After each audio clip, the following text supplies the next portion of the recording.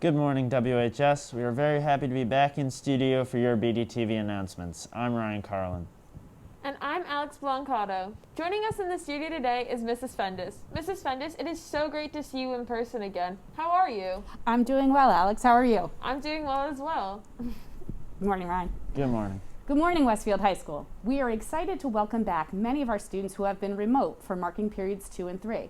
I want to share a few reminders of the COVID-19 precautions that we continue to have in place so that we can be safe and healthy at Westfield High School.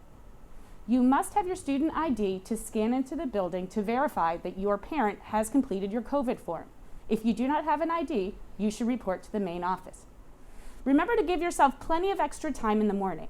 There is going to be increased traffic, checking of COVID form submissions, and changes to hallway traffic patterns. You will report to school for your first scheduled class and may leave when your last scheduled class is over through the exit closest to your last classroom. Students may enter the school through the main entrance, gymnasium entrance, or rear entrance by the cafeteria. You all should bring a charged device each day along with a charger.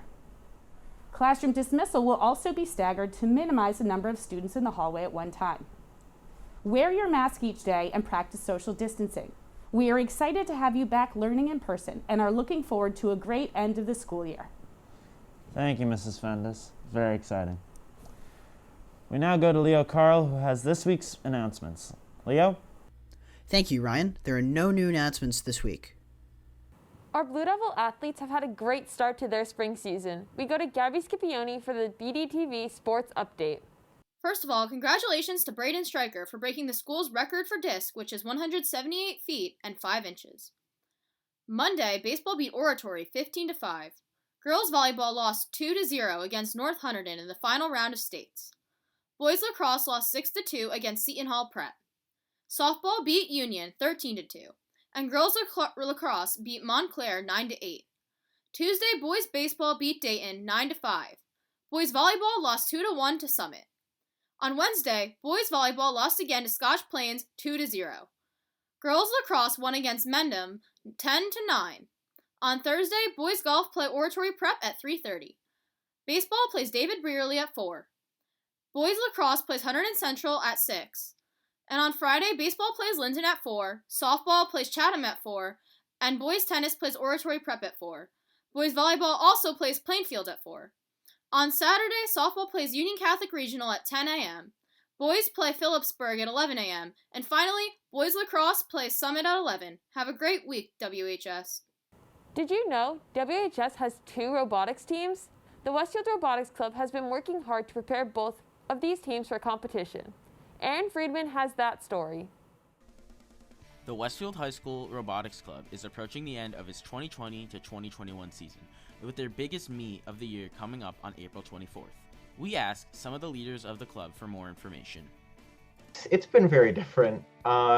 We can't have as many in-person meetings just because of COVID, and we've been able to ease up on that a bit because we are able to go outside to do meetings, which is great. But we haven't.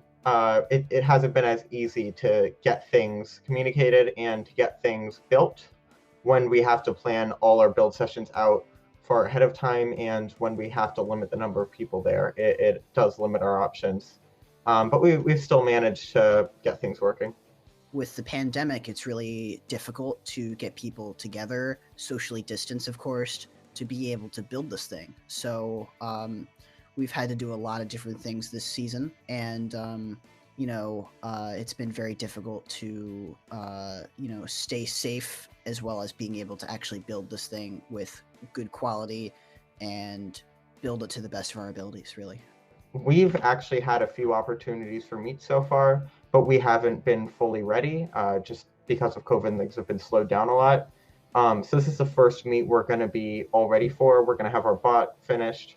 We're going to have the code done, and we're going to actually do judging, which is when you talk with officials about your robot and about your team, and answer some questions for awards. To be professional and to be, have that integrity, we're supposed to do it on that take, that first try, and we're supposed to be able to submit something that is reflective of our ability. So that's really where we are this year, is that we have to submit that recording and our scoring and all of that to the judges, whereas in previous years we could just show up to the arena and just compete in front of them. So there truly is a lot of difference this year. So my favorite part of the season has been just seeing how the teams have managed to adapt to the ever-changing situation that we've had. We haven't been able to meet in person at all at the school. And in times when it's been entirely virtual here at the high school, they had to have only one person actually building the entire robot while the rest of the team provided input, either watching through video or providing computer modeling.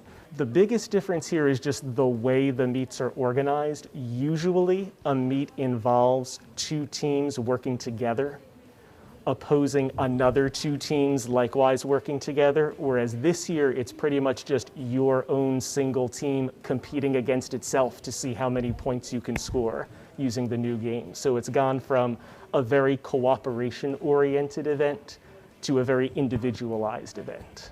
Despite this year's challenges, Mr. D'Angelo is pleased with what his team is accomplishing this year. But the way the teams have managed to keep their spirits up, keep everything going, and still keep focused on the season, despite all of the obstacles in the way, has been my favorite thing to see. Be sure to watch BDTV next week when we'll be interviewing Mr. D'Angelo for an update on the results of the meet.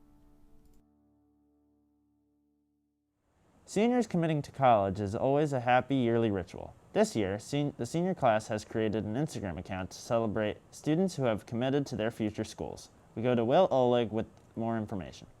With decision day quickly approaching, most students at WHS already know where their peers will be attending college, thanks to the Westfield High School senior Instagram account.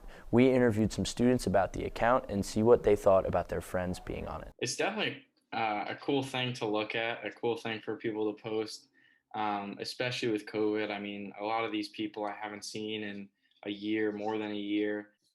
I think it's so cool to see where everyone's going, especially with COVID and everything. I haven't been able to see most of these people in person and speak to them. It was funny. Everyone sent in funny pictures, so we reposted them, and the captions were funny. So it's definitely cool to catch up with them and see how they're doing, see what their plans are for the future. It brings back a couple of memories from high school when everyone's saying what they missed most. My school friends I don't really keep in touch with if I'm not in class with them anymore. So I think that the Instagram's really awesome to see where everyone's going and what they're majoring in, what they're missing from high school is always cool too. Congratulations to all our seniors on where they will be headed to college next year. Decision day is May 1st, and we will know where everyone is headed soon enough. This week is Community Service Club Week. It is a week of service letters, donations, and more ways to give back. Here to talk to you about it is Pat Cunningham. This week, from the 19th to the 23rd, is Community Service Week. It is a week of service of letters, donations, and more ways to give back. Here to talk to you about it is Lucia Biazzi. I'm Lucia Biazzi, and I'm one of the leaders of Community Service Club. This week, April 19th to the 23rd, we partnered with the SGA to host the Westfield High School Annual Week of Service. We held a food drive with Westfield Food Pantry at Holy Trinity, and there are two ways to donate. You can either order items using the Amazon wish list above in the flyer. Items are shipped directly to the Westfield Food Bank. Another option is to drop off items during school hours inside the bins at the front of Westfield High School. The items you can donate are on the flyer.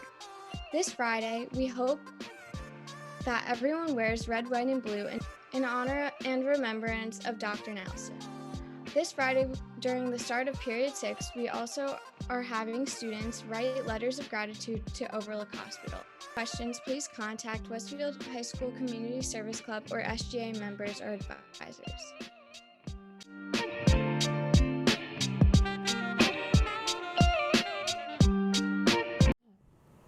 And that's all the time we have for today, WHS. Follow us on Instagram at WHSBDTV. And don't hesitate to reach out to the BDTV team if there's a story that you would like covered in the halls of WHS. Don't forget to wear your red, white, and blue tomorrow in honor and remembrance of Dr. Nelson. Have a great week, WHS.